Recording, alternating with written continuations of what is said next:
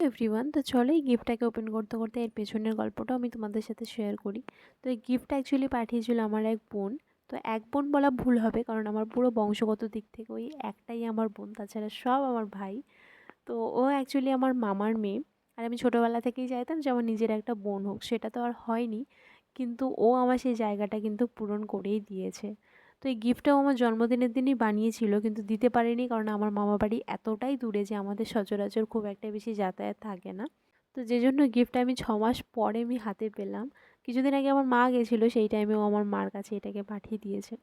তো দেখতেই পাচ্ছ ছোট ছোট হাতেও কতটা সুন্দর কাজ করেছে, আর মাঝখানে লিখে রেখেছে শুভ জন্মদিন দিদি ভাই।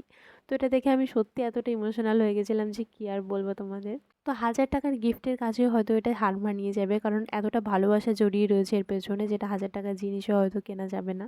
তো তোমাদের এটা কেমন লাগলো অবশ্যই জানিও, আর ভালো যদি লেগে থাকে অবশ্যই কিন্তু একটা লাইক করে দিও।